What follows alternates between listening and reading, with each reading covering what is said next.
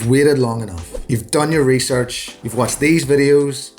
You've read this book. You're ready. You're still a bit nervous about what might go wrong. Well, this video is the kick up the ass that you need to finally start taking action. And if you've already got started, well then, well done you. This is gonna be your year. Future is looking bright. There's just a few things that you need to watch out for.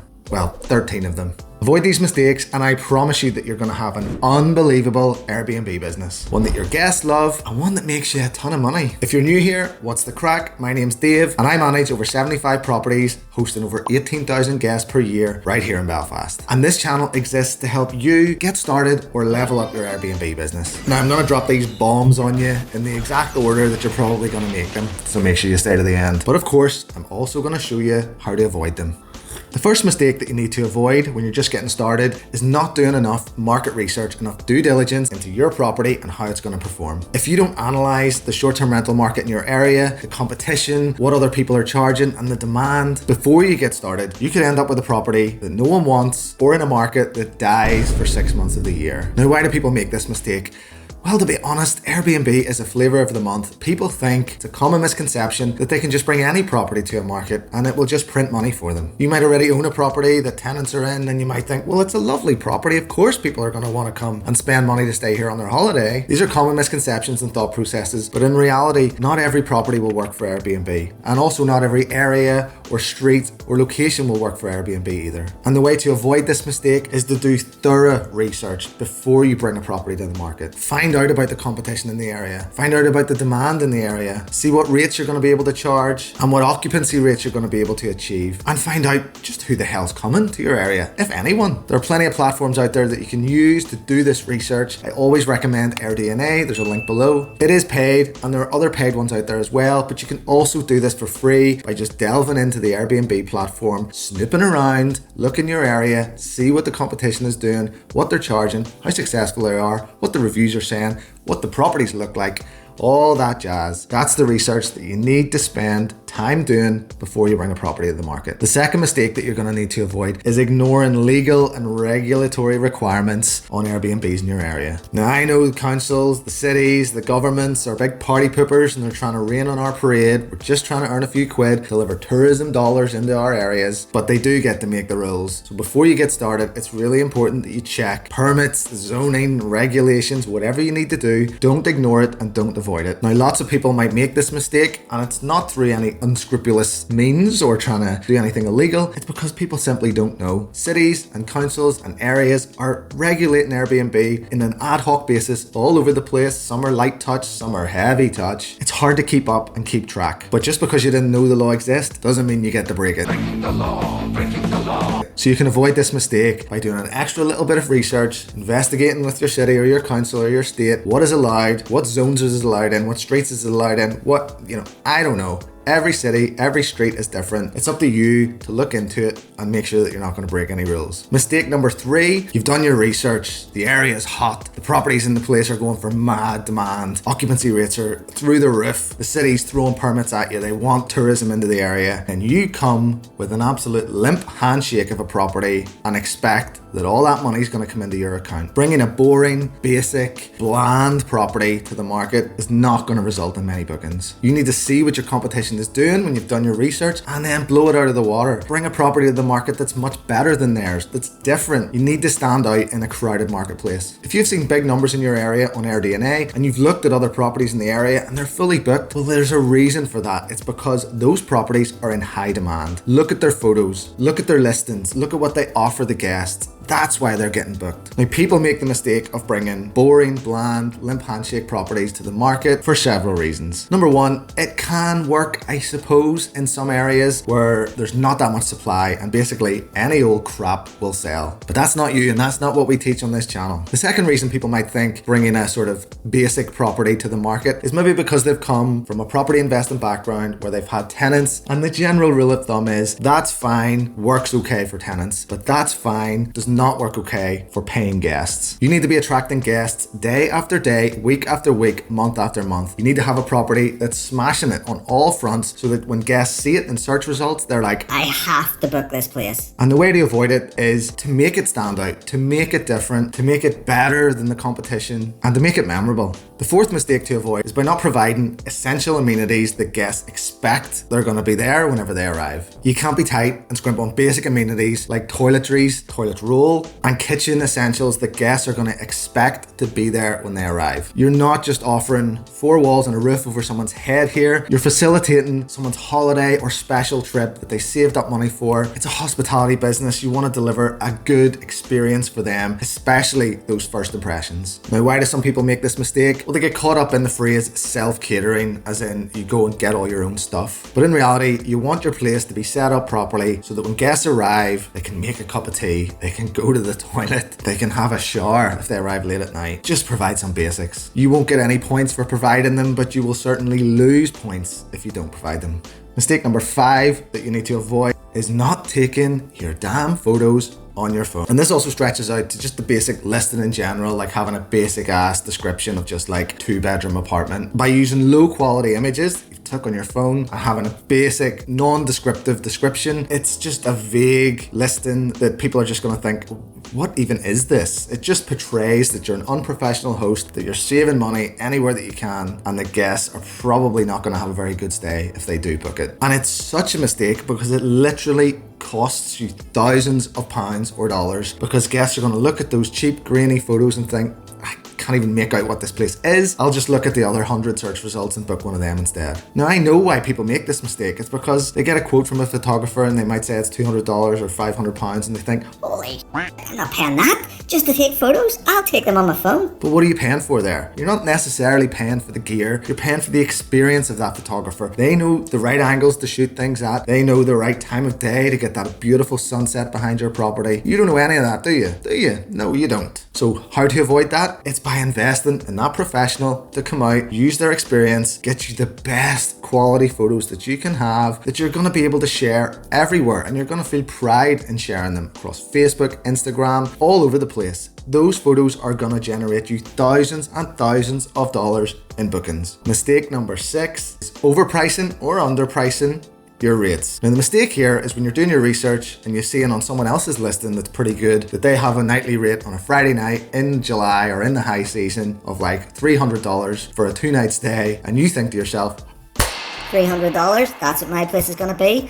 365 days of the year. And the consequence of setting it like that is that it's going to be priced far too high for the vast majority of people, and you're not going to get any bookings. Or you can go the other way and think, oh, everyone here has priced their price at like £200 or $200 per night. I've got a good idea. I'm going to be the cheapest. I'm going to go to 150. and the consequence of that is, yeah, you might be really cheap, yeah, you might get tons of bookings, but you're not going to make any money. Now, on a side note, if you follow this channel, you should already know that I always talk about do not ever try and be the cheapest.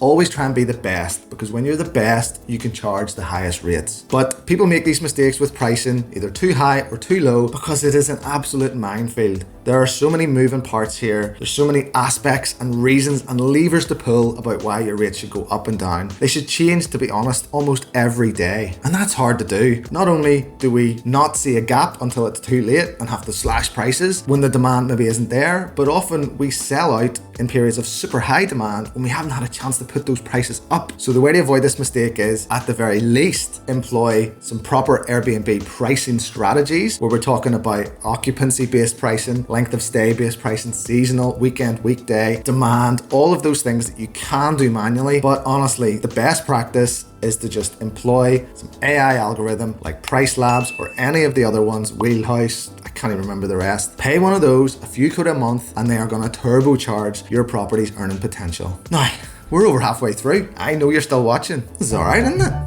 This is nice. Now, I'd love it if you're enjoying this content, you'd hit that subscribe button so that you don't miss any of the upcoming videos. And if you do subscribe, YouTube's already going to start serving you up other videos that I've done in the past that it knows you're going to like. So let's be friends. Actually, leave me a comment. Tell me where in the world you're watching this from. Okay, so number 7, mistakes you need to avoid is a super complicated check-in or check-out process. Something like this. When you approach the building, there'll be a hedge to your right. Yeah. Okay, I need you to climb over the hedge and then scale the wall. Scale the wall? Having too many hoops for guests to jump through before they've even arrived can be a very frustrating process. And then when they actually do arrive, they have to go on a quest with your treasure map to try and find the key before they can even get in. This is a problem that happens to so many hosts. You need to keep your keys secure and somewhere safe, which by definition means it's quite hard to find. But just try and make it not too hard to find. And instead of giving a big treasure map of where to find it, do a short video which clearly shows the door where the guest will be standing when they watch this video, and then exactly where the key is. If things are complicated, you can give a bit of a heads up to guests before they arrive. Say, look, please, before you arrive, read this or watch this video. Try and keep things as simple as possible, as basic and bullet pointy as possible, so you're not sending like thousands of words to guests before they've arrived when they're probably in the airport traveling with screaming kids. Maybe that's just me. And even better, if you can avoid key safes altogether and use smart locks where you can just send them a code that they just punch in at the door handle, that's the best practice. Number 8 of our mistakes to avoid is not vetting guests properly before you let them in. Accepting bookings without any form of vetting procedure, without looking at guest profiles or past reviews or checking where they live or checking who the hell they actually are, is a recipe for disaster. It can lead to parties, damage, headaches, pissed off cleaners. But people make this mistake because they think, well, Airbnb is a reputable platform. Everyone who uses it is going to be a lovely person. Same on booking.com and any of the other sites. You know, I've made this lovely property that, of course, when people come, they're going to treat it with respect. And it's just a bit of naivety in some hosts. The reality is, it's a big bad world out there, and there are hundreds, if not thousands, of nasty guests that are just swarming around looking for properties that they can get into and do whatever they do. And the way to avoid it is to have strict vetting procedures when a booking comes in, or even an inquiry. Check guest reviews, check IDs of everyone who's coming to stay, set strict but appropriate house rules, ensure guests when they're coming they know what they can and cannot do. Just simply ask them the question, what have you got planned for when you're here? If you get a response saying, oh, it's my mate's stag do, you know you've got a problem. If you want a foolproof vetting procedure, it's one of the things I offer in my Airbnb starter bundle, which you can get alongside my book. There's a link in the description. Shameless plug there. But honestly, letting the wrong type of guests in and they have a party and you arrive the next day, it's a horrible feeling. I don't wish it on anyone. If it hasn't happened to you, it's almost like a rite of passage. It has to happen to everyone at some stage. But if it hasn't happened to you yet, I'm telling you, it's coming for you. Brace yourself. Put it off for as long as you can. Be as strict as you can with those guests. Mistake number 9 is ignoring guest feedback and reviews. If you dismiss or don't address feedback that you get from your guests on a frequent basis, it's going to result in negative reviews and bookings are just going to dry up. Look, I don't care how comfortable or how good you think your sofa is. If guests keep complaining about it, then it's got to go. Reviews are the lifeblood of this business. They're so powerful, and every future guest that you can ever expect to have is going to read the reviews you've already had. Now, I don't know how many people like me, whenever they're looking at reviews, they sort by lowest first. Probably, I would say quite a lot of people. But in those reviews where you get a right to reply, that's where you can show future guests that feedback that has been given by past guests has been actioned and addressed. And yeah, us as hosts might ignore some feedback because we think that person's just being really picky, or that person was just finding things to complain about. But in reality, that was their real experience, and that's why it's so hard to actually get reviews removed from Airbnb or any of the other OTAs, because they will say to you, to us as the hosts, well, that was that guest's real experience. That was their truth. So they're entitled to express it whatever way they want. They are our customers, and their social proof is telling everyone else who's looking to book your place what your place is actually like. So there's nowhere to hide. If they complain about something, just fix it. The 10th mistake that you need to avoid is solely relying on Airbnb for all your bookings. Your business is so exposed, so at risk if you put all your eggs in Airbnb's basket. You're given full control of your entire livelihood, all of your revenue, to one platform in which you're just one little dot among thousands and thousands of others. You're one algorithm change away from oblivion, and you're missing out on millions potentially of guests who are coming to your area but who just simply don't use Airbnb. Now, I get why people make this mistake. Airbnb is a very safe platform. You get to see people who inquire and you can take your time to decide whether you want to let them in. Other ones like booking.com, the bookings just land in. They're big scary bookings. You don't know who's coming. Airbnb has the air cover. Oh, that wonderful air cover that's going to protect you against any damage. Look, I get it. And if you want to just stay on Airbnb,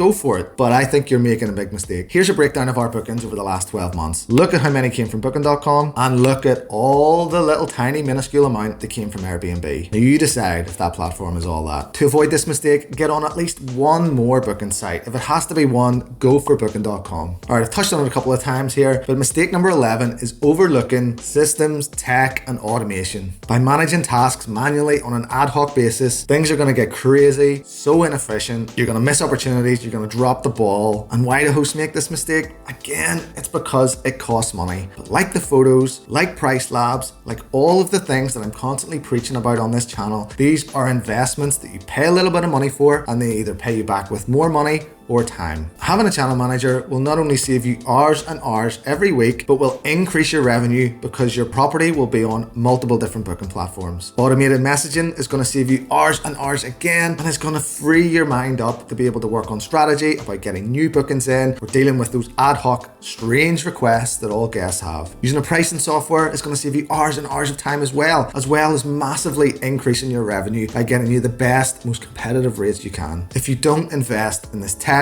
platforms and systems, the reality is you're going to get left behind. Number 12 is not capturing guests' real email addresses so that you can market to them and get repeat bookings. This is a mistake because you're missing out on potentially tons of commission-free bookings from guests who have already stayed in your place. They like you, they love the area, they want to come back, but if they can't book with you direct, or if you don't remind them that you still exist, they might just book again on Airbnb or Booking.com. And I think hosts make this mistake because they don't see a lifetime value of a booking. They just see this person has come to stay in our place and now they're gone. And they don't even think that the guests are theirs. They're almost like these are an Airbnb guest. Well, they're your guest. In places like cities, we get lots of return corporate travel where people could be coming for months at a time, multiple times a year, or they could be coming Monday to Friday for like 6 months. Why would you give all that commission back to Airbnb? On top of that, if a guest goes back onto Airbnb or Booking.com to make the booking in your place, they might actually see somewhere nicer, God forbid, and make a booking with them instead. So how do you avoid this? Well, as soon as they've made the booking, capture that email address, speak to them on the phone, update your channel manager so instead of emails going through the Airbnb platform, they go direct to the guest's email account. You can also capture it in-house by using a system like StayFi, so a guest can only get on to the Wi-Fi in the property once they provide their email address. And then you can send out quarterly or monthly newsletters. You can keep them up to date with any special offers you have, any holiday offers. You can ask them to follow your business profile on Instagram or Facebook so you can stay front and center of their mind, and they can actually share your posts or your stories with friends or family to tell them this place was amazing, you should come back here. The next mistake that you want to avoid making is failing to keep up to date with market trends and changes. The expectations of guests are evolving over time. Digital nomads who travel around want to have remote workstations that they can actually do their work at whenever they're in your property, and sustainability and eco-friendly amenities are becoming more and more important. And it can be easy to forget or just not think about these things. There's enough moving parts in this business, but by capitalizing and becoming extremely sustainable, you can catapult yourself into the top 1% of accommodation providers for guests for which these things are very important. OTAs are actually pushing listings that offer these sustainable practices more than regular hosts that don't. So by making a few small tweaks, this could massively increase your bookings. Now you're still here and I applaud you for that. I don't know how long this video is going to be, but as a reward, next up you need to watch these 7 secrets that are too good not to share. I'm just sharing them to you. See you next time.